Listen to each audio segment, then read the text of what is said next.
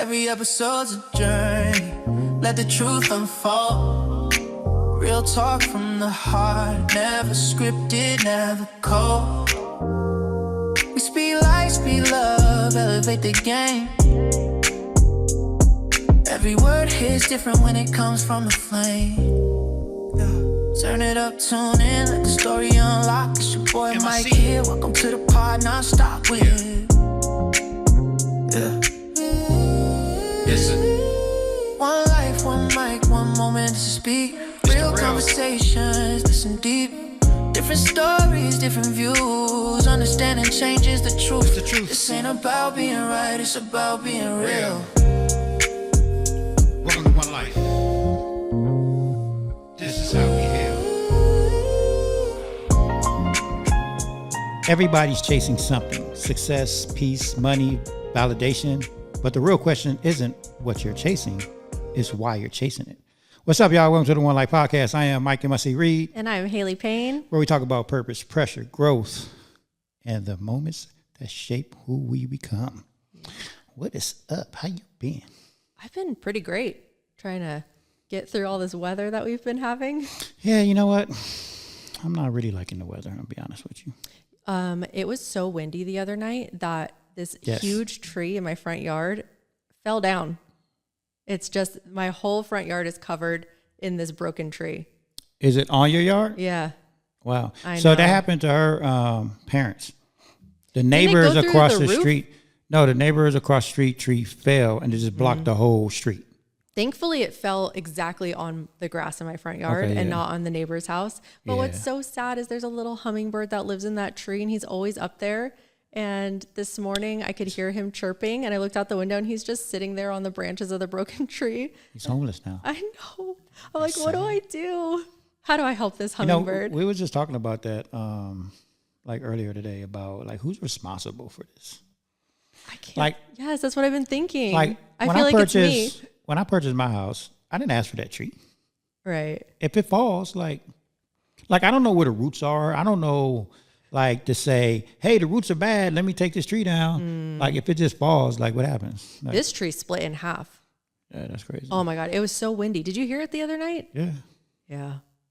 it was bad. Yeah. It gives me PTSD because, you know, I'm from Florida. So it's like the hurricane winds. Yeah. I'm like, I need to buy canned food. I need to fill up my bathtub. You boarding up your windows. That's funny. Get my generator out. That's funny. No, yeah, I don't like it. And you know, because something about the rain makes these kids go crazy. It's fun because we don't get it all the time. No, not fun. We talking about fun. You don't think they're like excited that it's raining? Yeah, but then they start acting weird. They cause problems. Their behaviors are worse. Yeah, I bet. And then they can't go outside. No, because it's inclement weather, so they have to stay in class the whole time. Yeah. Oh, the teachers hate it too. I bet. Yeah, they don't like it. Well, I asked my son when I pick him up, I'm like, oh, how was school? And he's like, bad. He didn't get to go to recess. He had to do the recess in the gym, and he hates that. Yeah. They just run in a circle, I guess. They just cause problems. And some kids, you know, they try to bounce from class to class because, you know, the teachers, they do to get their breaks because as the recess is the teacher's breaks. Yeah. So normally like a supervision aide or somebody and go watch the class while the teacher's going to break. But that's when the kids start, like, when the teachers are gone. So they're just in the classroom and then they have somebody come in so the teacher can It's like a sub. out. Yeah. Yeah, you know, all kids with subs, they don't do well with subs. No. Yeah, they do what they want. Yeah. So I'm sure this has been a little hectic for you this week. Yeah, and then today, it was just a day today. Yeah. I don't know what it is. It's the rain, I guess. It is the weather. Everybody keeps saying that. And it's a new year, Chinese New Year. Is it? Year of the horse. The fire horse. Today? I think it was Tuesday. Monday or Tuesday. Oh, I don't follow that, so I don't know. Well, Happy New Year. Happy New Year. Okay, so last year was the year of the snake. Okay. And so that was a year of like transformation, shedding your skin. Like, you know, we all went through it in 2025. 2026 is the fire horse. So that's when you're supposed to like lock in and focus and achieve your goals. Like it's very much about abundance and a goal achieving. Last year we went through it so that we can be successful this year. Starting What was the year before? What was the year before? I don't know. The dog? The pig? I don't know. So is it a different animal every year? Different animals, yeah. And I guess the fire horse, we haven't had a fire horse year in 60 years. Well, I was going to ask, do the animals repeat? I think they said it's 60 years since the last 60? fire horse. Yeah. That's crazy. Yeah. So I'm ready for it. Do you follow that? Are you into that? I'm following everything. Oh, yeah. I'm trying to lock into all the things. I'm vision boarding tonight after this. That's crazy. Yeah. My really? girlfriends are coming over. Yeah. We're manifesting. What's going to be on your vision board? Oh, I want to learn how to play the ukulele. So I have a picture of that on my vision board so far. Okay. So last year I did like this vision board type thing with the students, right? Okay. And somebody asked me a question. They was like, "Well, where are you gonna get the pictures from?" Mm-hmm. You know, you can barely find magazines nowadays. I know. So where do you get your pictures from? Okay, so from the salon, we had some leftover magazines. Okay, So we used makes those. sense. But we bought these manifest boards from Nostalgic Glory. So shout out to Nostalgic Glory. She made these.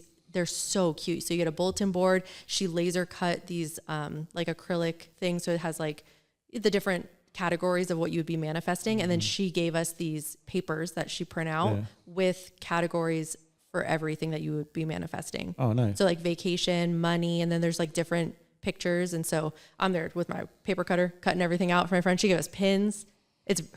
She has the best stuff. If you ever need a gift for anybody, it's like a shameless plug for her because I love her so much. No, she's super cool. Yeah. I forget. Luz. Luz. That's right, Luz. So, Luz, shout out to you, but I'm still waiting for my 1NELife sign. Ooh. For where are you going to put it? years. 3 years. She's busy. I know she is. Where are you going to put your sign? Well, I was originally it was going in the old studio in the front. Yeah. But now I don't know. Maybe the new studio next year. I don't know. Yeah. I still want it. Sure. I still want my sign. I'll give her a I reminder. still want my sign. I got to find a place for it. Yeah. But I do want my sign because if all my plans go as planned, I'm gonna need a sign. Fire horse. Fire horse. Yes, fire horse. Anyways, speaking of our plans and fire horse and I guess the Chinese New Year. Yeah. Today's episode is called Find Your Why, Find Your Purpose.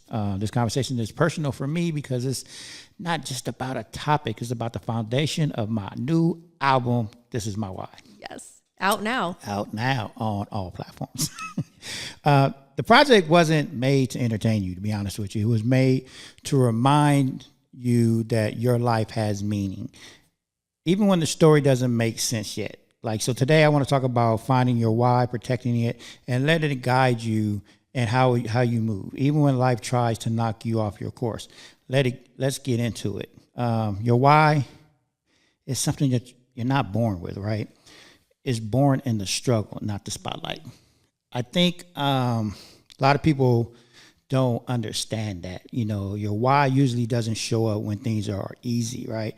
It shows up when life hurts, when something is missing, when you're trying to survive, not shining. That's why This Is My Why isn't just a highlight reel, it's a mirror.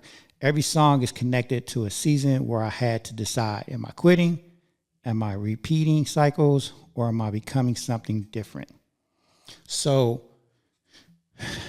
it is true, for me, I thought at a young age, because I've been on my own. Everybody knows the story, 14. And that's why I have 14 tracks on this album. The first song title is called 14. I thought I knew what I wanted. I had dreams. At 14? At 14, I had dreams. I had dreams. I knew what I wanted. I was searching for it. And I thought ultimately, when I think I was 17, 18, when I thought I found it. Right. That because I grew up in entertainment. I grew up around people in entertainment. Since what age? Since what age? Yeah, were you in the entertainment industry? About 17, 18. Okay. Yeah. So that's when my dreams started to really come. And that's when I thought maybe this is my path, right? And then when I got introduced to Hollywood, into the studios, and so I started off in music because one of my good friends, he was a hip hop artist back in the day. So he would take me to studios. I met a bunch of hip hop artists in the 90s. And I thought that was my path. So I had all these big dreams. I was like, oh, I'm like in there because I was like with big artists. Like I knew NWA and Dr. Dre and Eazy, all of them back then. Yeah. So I knew they was going somewhere. What a great time. Right. So I just figured like, oh, I know all these people. Like I'm going with them. And what were you doing in the industry? I was making beats. Oh, cool. So I was learning how to make beats, and I was in the studio with Quick, all them, like because I grew up with them. So I was learning how to make beats. I was sitting next to Quick, next to the boards, and learn how to mix, just doing all kind of stuff. Wow. So I never knew that. Yeah, and like AMG gave me my first drum machine. Well, he gave me his old drum machine, but it was my first drum machine. Right. Right. And he even like, so back then, your drum machines came with like a floppy disk. Oh my God. Yeah, and so you would have to put the floppy disk in the drum machines. Yeah. And back then it was the MPC 60, which is, if anybody's a music person, they know that was like the first drum machine. Okay. Now I'm not gonna say the first one, but one of the first ones. But anyway, you put in a floppy disk, and that's where all the sounds was. And so he gave me the floppy disk to like his very first album. And so I had all his beats. It's like the skeleton, like the bones of it. So I would like just practice. I would listen to like his beats. I would see the rhythms on the little screen because it wasn't like a computer screen. It was like a little analog screen. Oh my gosh. That just showed you like dots and lines and stuff. And so you had to know how to read that. So I would just, study those patterns, and then I would make my own patterns. And then back then you had to like what you call like skip what's it called, skipping tracks or something. I forgot what the proper terminology was, but like nowadays you on a computer, so you have like millions of tracks. Right. Back then you had to like make a track and bounce it to the next one, so you can have an open track to make something else. So anyway, it was a lot, but I would just study all that. So I was like really learning how to make beats and stuff like that. So you thought what you were going to do for your life, like your purpose was to make music. Yeah, for the first 4 years, I thought I was going to be a music producer. Okay. I think after 4 years, I didn't like the business aspect of it. So like I would go on tour, like I would do a bunch of shows with them, and I got paid for shows, but I didn't get paid for any production that I did. Yeah. Any of my ideas, none. I didn't get paid for anything. Well, that's kind of showbiz, right? Well, in the music business, yeah, and that's where it sucks because like I would start off like at 7:00 in the evening, and we'd just go to one studio. We'll work there for a couple of hours, and then we'd go like over to Quick Studio, go hang out with him for a couple of hours. Then we'd go over to like High C Studio or whoever studio. We'd just bounce from studio to studio till like 5, 6 in the morning. But through that whole time, we had probably hung out at like 3 or 4 different studios. Yeah. And you're really it's like a jam session. Yeah. Really. That's really what it is. People come in there, they play beats, they play songs, they say, oh, let's do this. They start just coming up with ideas.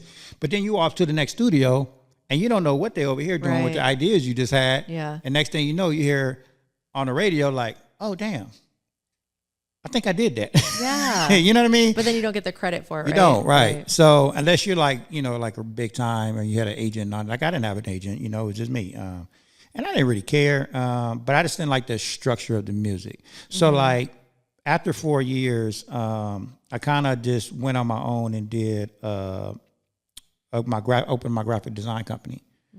And I said, you know what? I know all these entertainment people. I'm just going to do all their graphics because I was good at computers. I was good at graphics. Yeah. So I just started doing people's posters, album covers, all that stuff. So again, thinking this is my why, this is my purpose. Like I had a gift, right? And people kept telling me, wow, you got a gift. You should start doing this.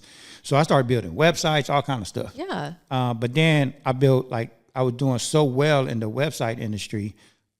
This TV executive over at Paramount saw my work.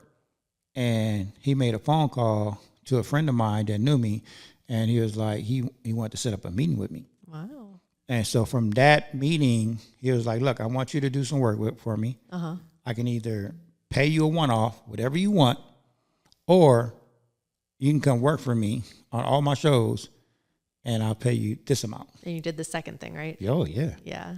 He was like, I don't have a big budget, but yeah. I was like, of course. That's cool. So yeah, so that's how I got into TV. And once, like, so TV, you just can't bounce from set to set. Right. Right. So everything's more structured you're business. locked in. So I'm a more structured person. So I fell in love with that. Like, oh shoot, like I knew where my money was coming. I knew where Right. everything was coming from. So I fell in love with that and stayed in TV ever since. But I thought that was my purpose. Well, do you think that maybe at that time it was? Yeah. Well, good question. I mean, obviously, yeah, right? Because it was shaping me to be what I'm really put on this earth to do. Yeah. And when you're young like that too, I don't think that you have enough life experience to know, like you were saying, you thought that was what you were meant to do, but you didn't know enough about the business to know that it wasn't what you wanted to do. No. Right. It wasn't and it even just comes with experience. Yeah, it wasn't even. Well, I mean, in hindsight now, I could look at everything and see how it all connected. Yeah. Right. Yeah. Like, for instance, me at 12 years old, working with my older sister, who at the time was working with kids with disabilities. Right. And then when I had That my was a first seed planted, son, right? right, when I had my son, he was born with a disability. Right. So ever since then, I've been working with kids with disabilities. Yeah. But not knowing that, at 12 years old, like I'm out there having fun with them, playing with them, that was preparing me for this. So, Okay. I think that everything is connected. yeah. And if you can start to see those patterns, the synchronicity of your life, it's amazing. Like literally we're all made from the same things. So like every single thing is connected. Right. And so by me going over to TV, this guy, he was my big brother mentor. So he taught me everything. The one that gave you the job? Yeah. Yeah. He became my big brother. He became my mentor. He taught me everything from, I got hired on to be the corporate art director. Wow. So I started in the art department. You've had a lot of titles. So everything you see on the TV screens on TV, I did that.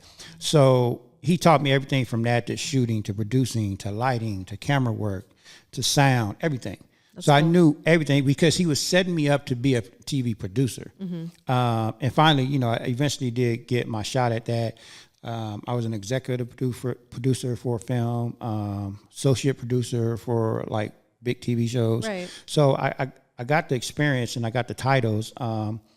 But being a producer, you have to learn how to work with a lot of different people. Yeah. You have to know a lot of everybody's job. To be a good producer, you have to know everybody's job. And literally, that's what you do now. Exactly. You're the producer of your own life. Right. That's what I'm saying. But also, now that, I'm a site manager for the mentorship program that I'm in. Yeah.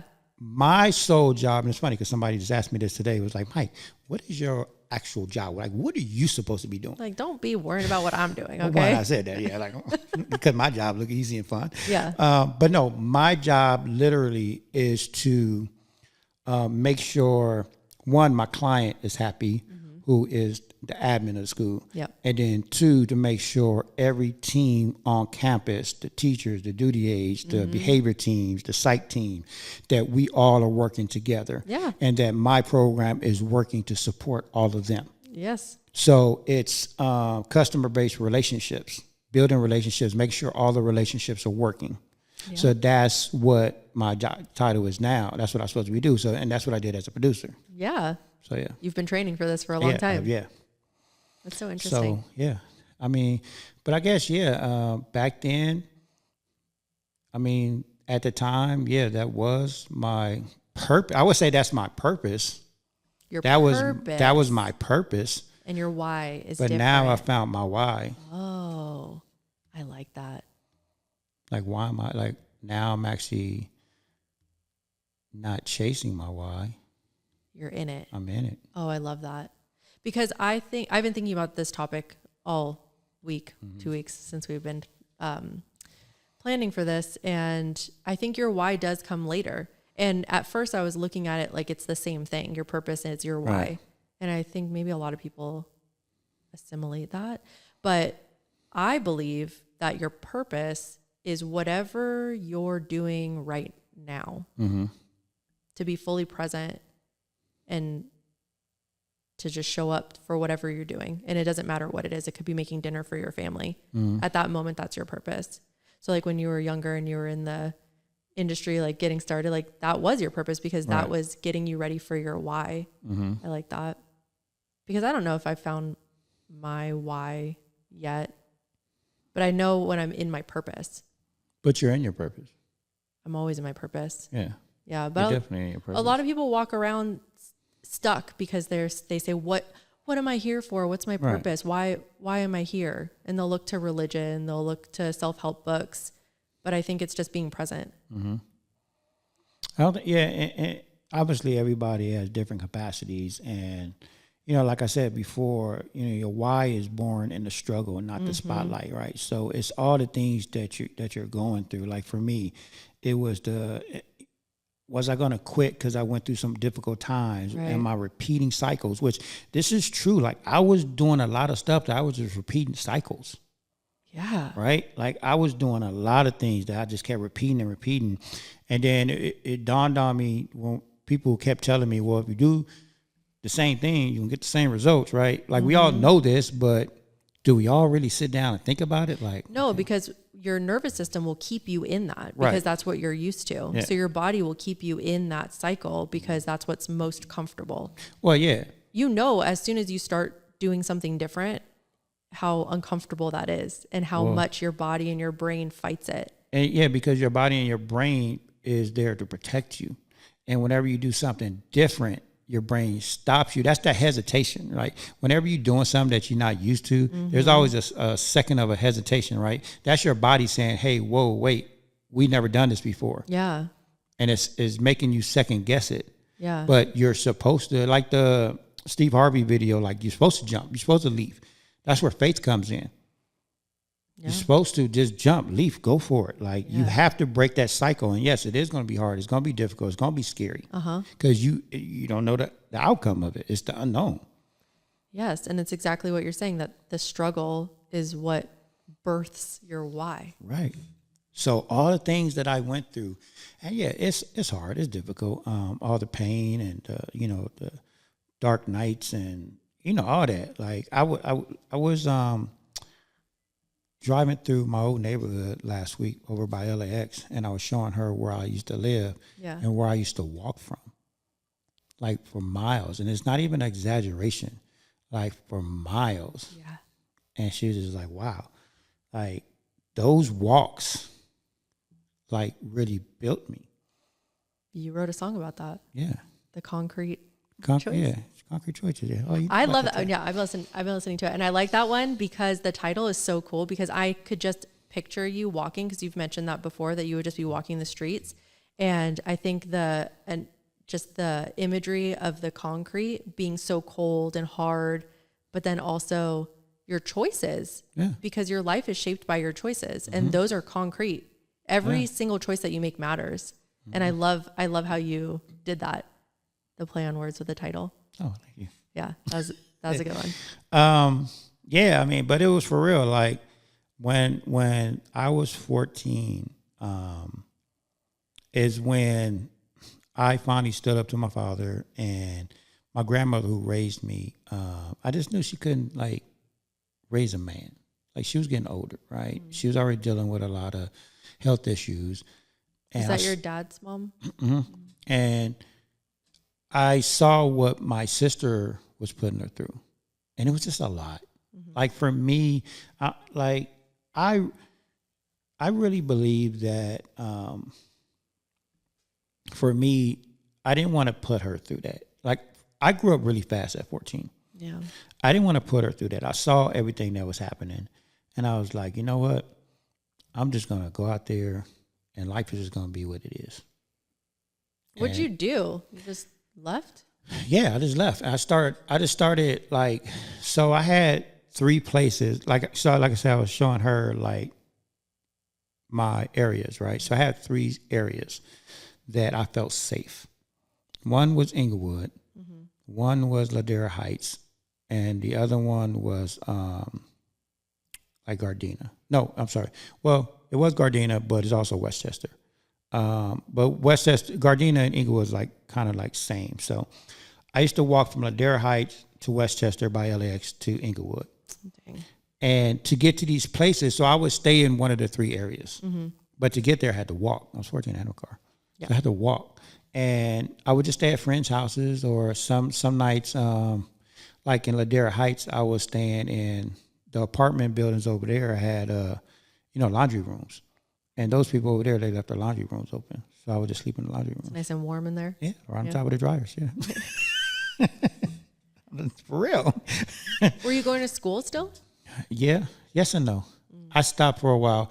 I was going to I had independent studies where I would go to school just on Tuesdays. Oh, cool. Yeah, so I had dropped out for a while, then I went back. But then I stopped again. It was an off and on thing. It was Truancy wasn't so much a thing back then. It wasn't. No, it wasn't. I missed a lot of school too. But yeah, so I mean, I would just walk, and I did that for about 3 years, almost 4. Okay, and that's when you started. So that's when I finally I started going to Inglewood a lot, and that's where I met AMG and them, and all my good friends to this day. I had known them, but I wasn't hanging out with them a lot. Yeah. But after a couple of years, I just really started hanging out with them. Another one of my friends that I grew up with, he was having almost the similar issues at his house. So me and him, which is funny, we started finding empty apartment buildings to live in. Oh my gosh. So yeah, and then we knew people that owned apartment buildings. Yeah. Right, our friends' parents, and so we knew what apartment buildings was empty, was vacant. I should say, not the whole building was vacant. Just check in for a so we would climb through windows and sleep in apartments. One morning we almost got caught though. We normally would be out by morning, but for some reason we overslept.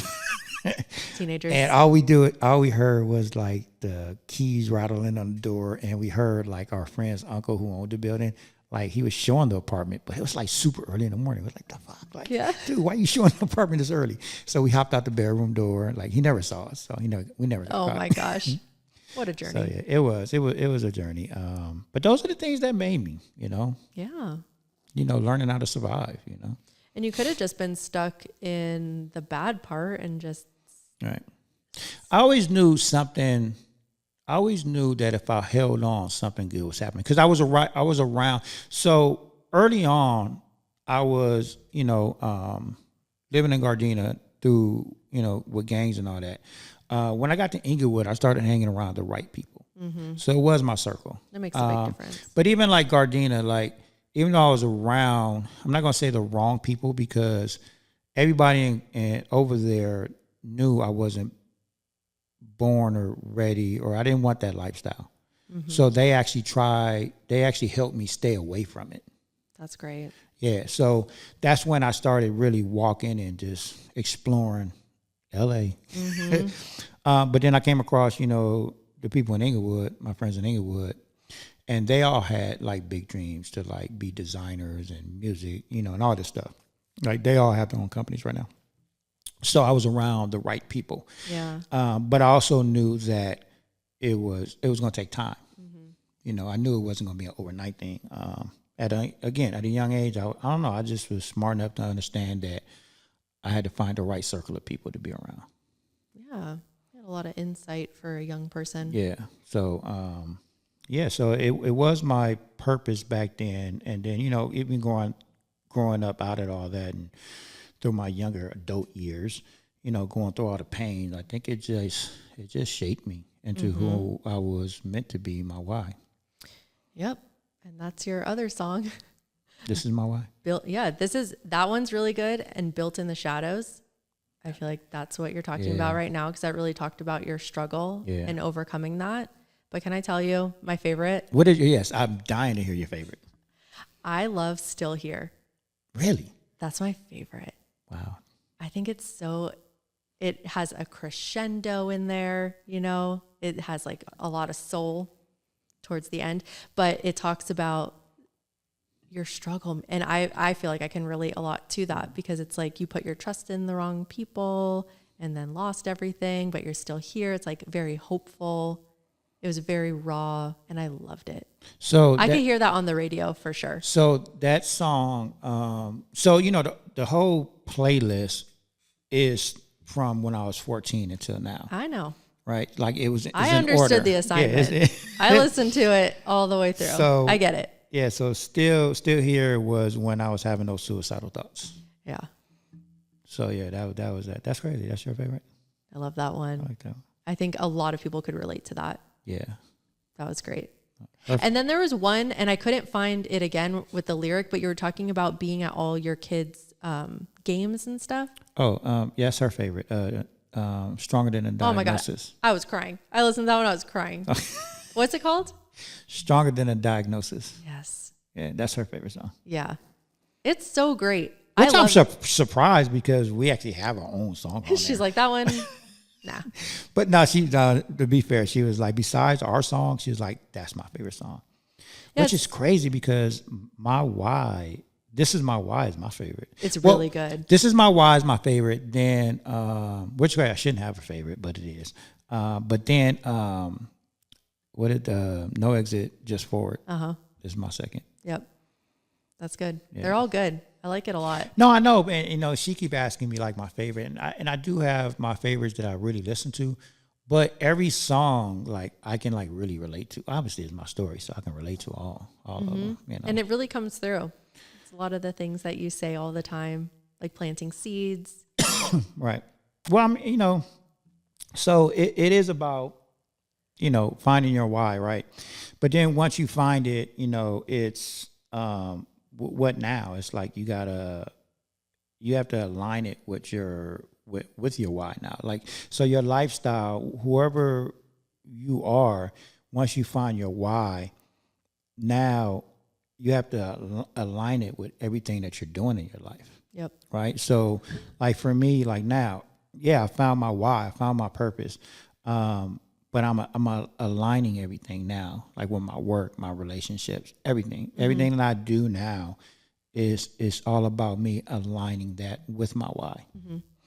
And I think that's, I don't want to say it's hard because it is hard, but it's not easy. Well, I think it's living with intention. Yeah. So you can get distracted. Your body wants to reset you back to what's comfortable. And you could definitely fall back into old patterns like you're talking about in your story.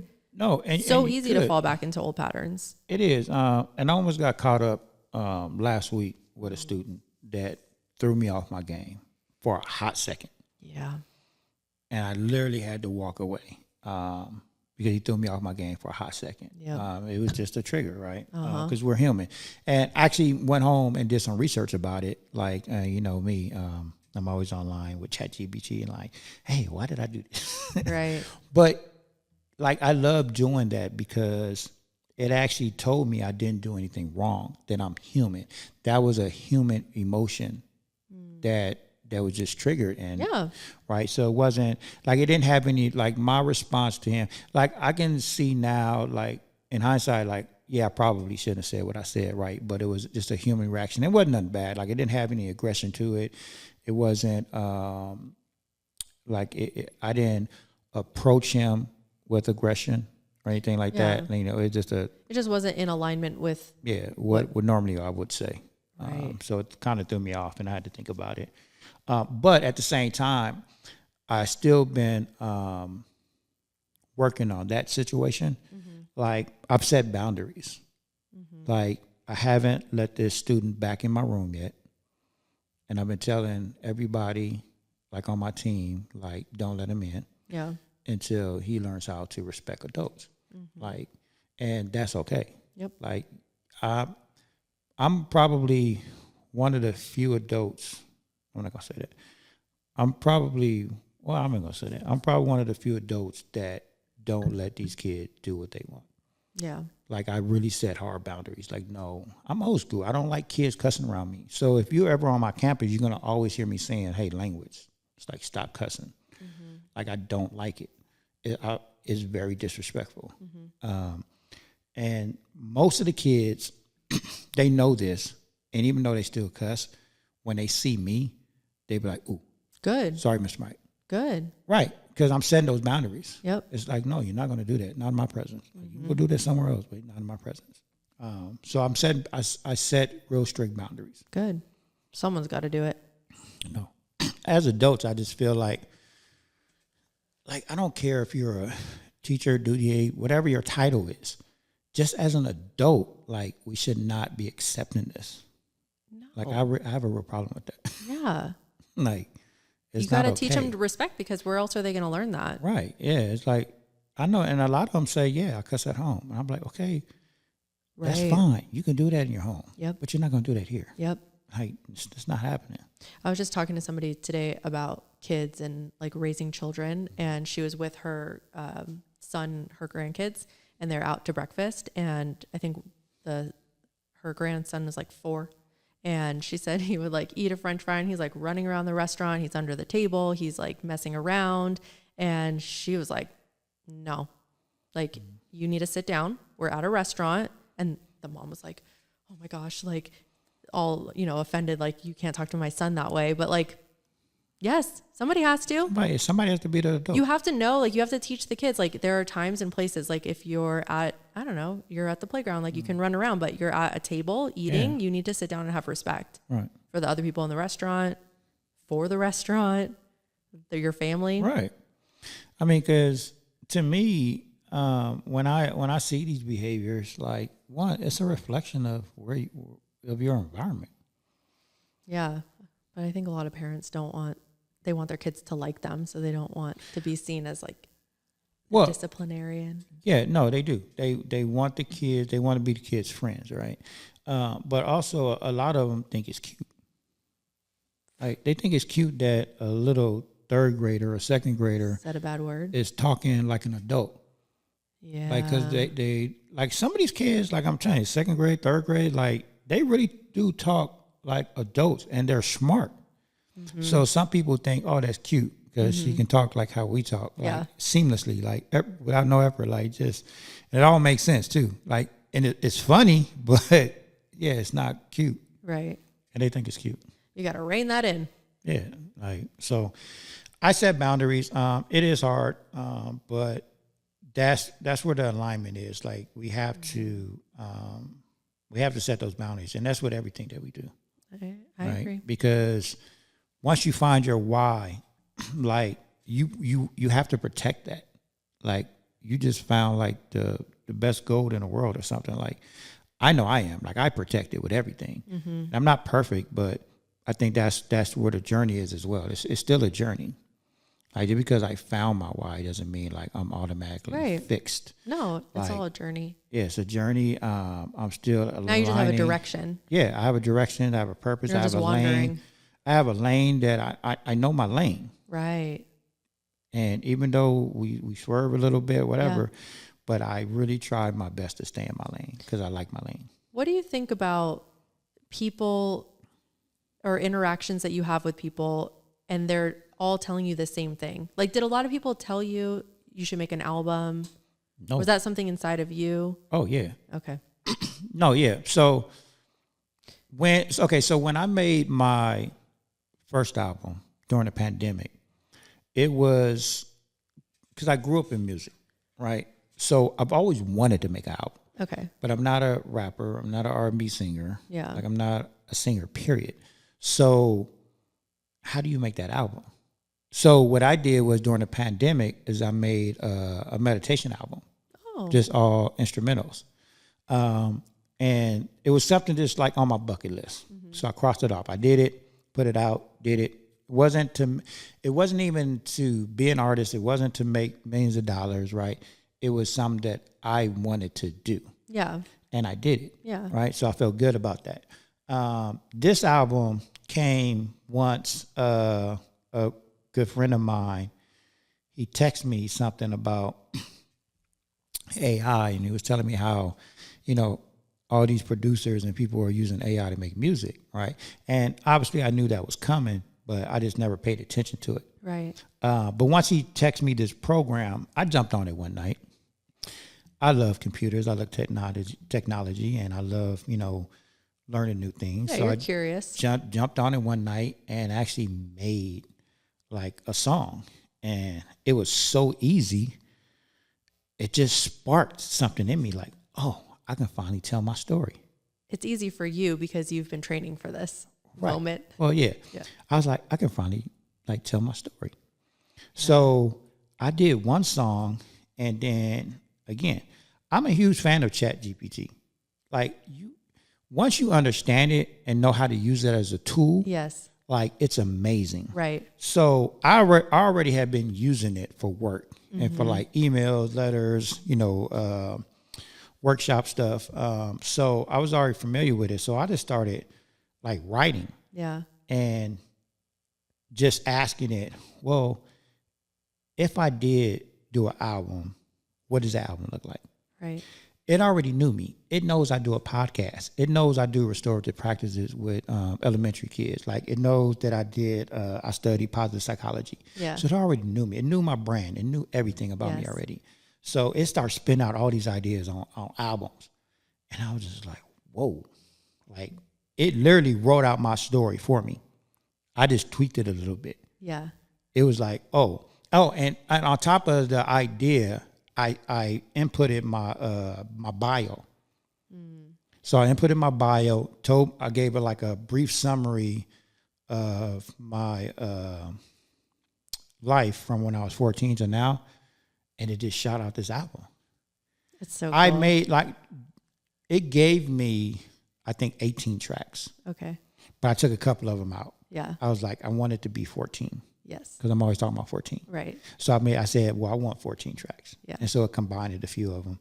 And then I also said, out of the 14 tracks, I have to have these songs. Right. So I gave it the song titles already. Like for 4 songs, I gave the song titles already. And then it gave me the rest. That's so good. And then it put it in that arch like of my life. Yeah. It's very personal. Yeah, it is. So from there, it just gave me the song titles. Uh-huh. So I still have to write the songs. Right.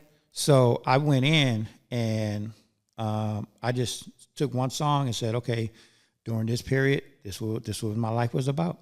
And it shot out the lyrics for me. Yeah. Put it in song format. And on every song, I think I just had to change a couple of things. That's so cool. But yeah, it was great. it was great. I'm a I think fan. it was meant to be. Yeah.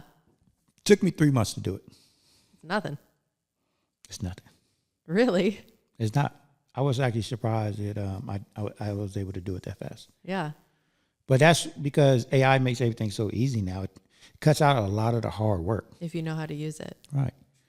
But, a lot of people, like it's funny because we was at my sister's house last week and I was letting her listen to it. And her first reaction was, you used AI? And I said, yeah. She was like, but that's cheating. I was like, how? Yeah. How? So then I let her listen to a song, right? I let her listen to like 3 songs. And she loved like our song, Yeah. Just Us. Right. She was like, whoa, I can actually hear that on the radio and you guys. She was like, I can actually picture this in a movie, like blah, blah, blah. Right? She was Yeah. like, that's actually dope. Like she was impressed. Yes. And I was like, so I explained the process of doing the song, how, we was at a bar, we wrote it out. Yeah. Then we put in AI. I told her how it took me like 25 beats to get to that one beat. Yep. How it given it different directions. And she was like, oh, so you actually really did Work? produce it and worked on it. I was like, yeah. I was like, I just didn't press one button and say, give me a beat. And and technically you can literally do that. Like you can go into this program and say, hey, give me a hip hop beat. Yeah. From 1990, right? Early 90s. And it would shoot out a beat for you, right? Right. But is that beat right for me? No. Is it in alignment with what I'm trying to do right now? No, you got to tweak it. You got to give it prompts. You got to say, no, I don't like that. Take this out. Take this, put this in. And do with it your like background, you know what to ask for. this. Right. Well, it was easy. It's like, for instance, I kind of explained how we came up on our song, Just Us, right? Like, so Kane Brown has a song called Heaven. That's our song. Cute. So in this AI programs, you can't use anyone else's songs, or you can't even use like the artist's name or title, anything. Right. Like, you can't reference any of that. So what I did was I just went into Google and I said, hey, what is Kane Brown Heaven single production music? Like what's the production type? What's the feel of the production and all that? So Google gave me this summary of what that song music production was. Right. I took that, plugged it into AI, but ChatGPT, remember, it already gave me the songs. Right. So my first initial thought was, okay, I asked ChatGPT for Just Us. I said, what does this sound like? And it does give you a description. Well, the beat should be like this. The melody should be like this, blah, blah, right? So I just took the two and blended it, and it gave me the song. Yeah. See, like, I wouldn't know how to do that. Right. So it was, like I was explaining to my sister, like, no, it was work. Like, I really did, like, was in there working. Yeah. And because it was our song, everything that I liked in the beginning, she was like, no, don't like it. I was like, that's dope. She was like, no. I was like, oh my God. Yes. But I actually do, I like that she did that because it did land it on the perfect beat, everything. Teamwork makes the dream work. Yeah. But it was a couple of ones before that I was like, dang, that's kind of dope though. She was like, no. Nope. She was like, no, it's not. Yeah, she was like, no. But anyway, so yeah, I did do work. But I love it. I love that the fact that, again, I made it because it is my why. It is my brand. It is something that I didn't do to be an artist. I did it to tell my story. Like I was telling a friend of mine, because even he asked me, why did I do a music album? I was like, because I said, think about all the people that have been through things. Mm-hmm. They want to tell their story, or they want to listen to somebody else's story that actually been through something. Mm-hmm. Why not use this platform? Use this as a platform for that. Yeah, because how beautiful is it that someone, like even me, just listening to the song, I'm like, oh my gosh, that I can relate to that too. Right, and that's what it's for someone that I can relate to it. And building connection. Yeah. You don't know who's going to listen to that. Yeah. And like I said earlier, everything is connected, and that's bridging that gap even more. Right. It's 8 billion people in the world. Mm-hmm. I'm pretty sure I could find 1 million people that has been through something in one of those songs that can relate to it. They could be like, oh. Yeah. That's all. I love that. You're putting out original, creative things into the world. It's again, aligning things to my brand, to my purpose, my why. Yes. So now, when that time comes to where I'm not here no more, I'm leaving something behind. Yeah. I'm leaving something behind that someone can relate to, someone can have a takeaway from. Yes. And hopefully save their life or add value to their life or help them in some type of way. Mm-hmm. That's all I'm doing. That's beautiful. That's a great purpose. So, yeah. I'm aligning, like I said, I'm aligning everything to my why. Mm-hmm. So, yeah. Now it's all about promoting it. Yeah. Seeing what it do. So far I did. I got some good feedback. Mm-hmm. So I'm happy with everything. I haven't done no promotions yet, just besides the little social media stuff. Yeah. So I'm waiting for another month or so. Okay. And decide if I want to really push it. Yeah, and that's kind of what I was asking earlier. Do you feel like that would come to you over the time? People will approach you, mm-hmm. opportunities will open up because it is in alignment with what you're supposed to be doing? Have I thought about it? Yeah. I didn't give much thought to it because I don't want to set myself up for disappointment. Mm-hmm. I don't want to say, one day I'm hoping to get all these sponsorships or opportunities, because that's not why I did it, mm-hmm. right? I'm just doing it because I'm just trying to tell my story, trying to just build those connections, like you said, with people. If it happens, it happens. Great. I think that's just an extra. Okay. If it happens. Obviously, I won't turn nothing down. Well, I'm not going to say I won't turn nothing down, but if a great opportunity comes along, of course I'll do it. But I've already, been thinking about, okay, what's next? Yeah. I just did this album, and I actually asked it, okay, what's the next album? Right. It actually told me that I have a trilogy. Ooh. Because of my brand. We like a trilogy. It already shot out the next 2 albums for me. Oh, cool. I was like, and it was something that I wasn't even thinking about. I was just like, oh wow, but I do see it. I was like, I like that. But do I want to do 2 more? I don't know, because honestly, I wasn't even dreaming about doing this one. It just came to me. It was like, oh, that's a great idea. I can tell my story now. Yeah. So it was just another tool that I use to tell my story. I think that's part of being in the flow and finding what your why is. When something just feels good in your body, it feels like, yeah, that sounds like a great idea. And it did. It felt right, right?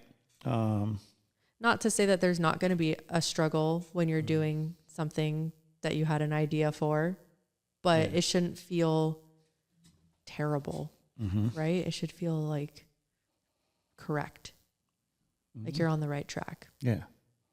And I felt that with this. I really did. I think that's a good way to figure out which direction you're supposed to be going. Yeah. It's just one thing on the whole album that I want to do. Do over. What? You want to tell us? Do I want to say? Is it a secret? No, it's not a secret. I wanna, which I already did like a couple of songs already. I wanna remaster it. What does that mean? It means like I mastered it myself, right? So like when you do a record, your producer puts it all together, it sounds right? But then you have a mastering engineer, an engineer who masters it. And this is somebody, mastering is not easy. Like Dr. Dre, he can master an album. DJ Quick can master an album. Every producer can master an album. Mastering an album means taking these levels and putting them right where they're supposed to be. Like I want the drums right underneath the piano. I want your vocals right above that. Like perfectly aligning everything, just alignment, pretty much. Hello. Okay. Yeah, that's what it is. It's making sure all the levels are where they're supposed to be. So you want to tweak EQs, it a little? Yeah. Okay. Yeah, well, I want to tweak my voice. I wasn't happy with, because I mastered it. But so what I'm doing is I just found a company that would master it for me. Oh, cool. Yeah. So, and I already did like 2 songs, and it came out way better. Oh, cool. Okay. So I want to remaster the whole thing. Yeah. But it costs money to do that. So. Well, you don't know what you don't know. No, I know. But I mean, You put it out there. I knew it. Cause even like, so with doing the album, like I already knew that I wanted my voice on it somewhere. Right. And so when I wrote the songs, I actually wrote, spoken word parts for each song. And I knew I was going to do those parts. Yeah. But some of them I just didn't like, so I didn't put them on. Okay. So I think out of the 14 songs, I think I added my voice to, I think 8 of the songs, 8 or 9 of them. Yeah. And I like we went through them like before we released it, and we was like, okay, keep that one, delete that one. Like you know, she was like really picky about it. She's like, your producer, like it. Yeah, my producer. Like she was like, nah, don't like it. She's like, just leave it alone. I was like, all right. So we deleted a lot of stuff, which I'm fine with, because I want it to be good, and I am happy with it now, but I know it can be better. So, and it doesn't hurt anything for me to remaster it. I could just swap out the songs like on Apple and all that. Oh, No one would ever know. Oh, okay. So I'm just gonna swap them out. Yeah. I don't think the average person would even can tell. Yeah. It's just something that I want to do. Yeah. Because I hear it, because I actually listen to it every day. Good. Yeah. So Yeah. that's what I'm gonna do. I like that. I've been listening to it. I appreciate that. I appreciate that support. Yes. Yeah. So yeah, that's my why. Thank you for sharing. This is my why. It's about moving with intentions, not noise. That's really true. Yeah. But you're still in your purpose. I think with everything that you're going through. I'm in the struggle. Yeah. But that's when you build your why. Yeah. I went through it, I'd say a couple weeks ago also. I just got so frustrated with myself because I got upset, something knocked me off. I was feeling great. I was like very positive. I was feeling like I was in the flow, and something happened. And then I was just like in a funk. And then I was hard on myself because I'm like, I have done so much work. I'm in this psychological safety arena, like positive psychology. Why am I struggling so bad with this? So even when like you go through something, right? Like you said, you was in a funk, but then you was hard on yourself. Isn't that part of the journey? Is it? Like, yeah, because like, for instance, like when I had my issue with the student, right? Like I reflected on it. Right. Reflection is a part of it. Yeah. Like you're able to catch yourself and be like, you know what? Yeah. Let me reflect on this. Let me see where I made a mistake. Like, so I'm never mad. Like, obviously, yeah, we're mad at ourselves because we're like, dang, go back, took a step back, right? But I'm not mad at, I'm not mad at myself that I took a step back. I'm mad at myself. I'm not really mad at myself because I caught myself. Yeah, we get bothered and mad because we took a step back, but I also know that's part of the process. That's also part of the growth process and our journey. I know those things are going to happen. I'm more happy that I caught myself and I'm reflecting on it. Yep. Opposed to being mad and not even acknowledging my part of it or what I could have done to be better, right? Or any of that. So for me, I love the fact that I'm always catching myself. I'm always reflecting on it, and I'm always saying, okay, you know what? I could have did this. Yep. Even though yesterday was yesterday, it's gone. Yep. But just that knowledge of, okay, tomorrow I'm gonna do better if I ever come across that situation again. Yeah, and I think using the tools that we have and reaching out to people for help is, for me, I skipped a therapy session because of whatever happened. And then I talked to him about it and he just helped me like rethink the situation. I didn't have a bad reaction or anything. It was just like, I couldn't get out of like the funk of being just like upset about something that I feel like I shouldn't be upset about at this point. And it's very much like what you were talking about, living with intention, making specific decisions, concrete choices to be in alignment. And that's the part that I was missing. So he just reminded me when I'm in that loop, in that old pattern, to think of something that I want to be, like more in alignment with who I want to be. So think of a time that I felt like happy and safe and loved, and because your brain doesn't know the difference. Your body, like once you start thinking it, like you can send yourself into a full panic attack just from your own thoughts. And that's like where I was at. And so I'm like, how do I stop this looping thought? Right. And so he just told me that, like, you just really, really harness that good feeling, something good that happened, and focus on that, because then you can switch it in your body and feel more positive. Something good that happened in the moment? Is that what you're saying? Something good that happened at any time. Okay. So one of the things that we talked about, like, I have been like uprooted, like everything has changed in my life. So like safety and love, like, is something that I feel out of control. That is like, I don't feel that. So then he's like, what do you think when you think of love and safety? I'm like, I think of my children and my house and like beautiful things inside my house. And he was like, okay, so think of a time like when everybody was there and you felt that love and you felt safe. And he's like, be in that moment and think of that. And that's how you can switch the channel in your brain to get out of that looping thought. Right. We did an exercise on that. I know. And that's why I get so frustrated, because I'm like, I know better. Yeah. I forgot what the exercise was, but I do remember in our course we did exercise. I know. And that's why I get so frustrated, because it's like, man, even though we have the tools and we know better, it's so easy to fall back into those old patterns. It is. But you're right. Seeing it and recognizing it and naming it, like that's a big step. No, it is. Because then you can overcome it. Right. But even like, this is what, I think towards the end of the course, I was talking to a couple of our classmates about how, we had that big book, right? Yep. Like, there's no way like we was going to learn that book from front to the end, right? From front to back. We just stuck our toe in.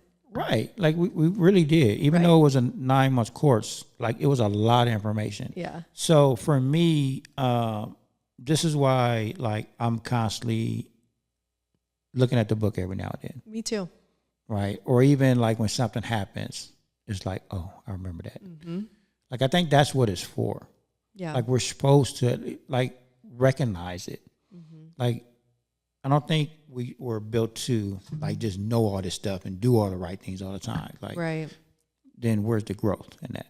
Like, where's the lessons learned? Literally. Right. So yeah, they was there. We have the book, we have all the knowledge, but when we go through things, that's when we stop, pause, reflect, and think about it, and then that's when we're going through it. Yeah.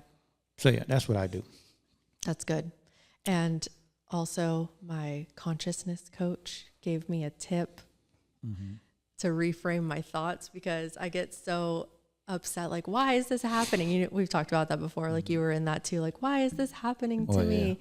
And so he gave me the analogy of Spider-Man. And I've really been thinking about this so much lately. It's helped me a lot. So he's like, okay, so like Peter Parker gets bit by a spider. He didn't ask for that.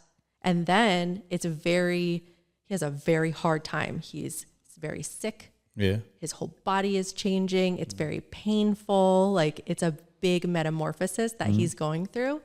And then he's given all these tools, and then he learns how to use the tools, and he's a superhero. Or he could have been like, why did this happen to me? I'm a freak. And then just went to a mental institution. Oh yeah. So you have to make that choice to use your tools to be a superhero. And that's what I'm trying to do. Well, yeah, I mean, I'm trying to be like Spider-Man. Abraham Hicks taught us that life isn't doing anything to you. Yeah. It's doing it for you. Right. But it's your mindset, because Oh, Peter yeah. Parker could have been like, that happened to me, and now I have this terrible thing that happened to me, and spider webs are coming out of my hands, and I can, every time I touch something, it's stuck to me. Right. You know, but he used that and he became a better person. Right. And that's the whole point. Like you were saying, your purpose is in the struggle, It is. and you gotta get on track with that. Right. So even now, when I go through struggles, or I'm having a bad day, I mean, yeah, it still sucks, right? Because we're still human. We still have natural feelings.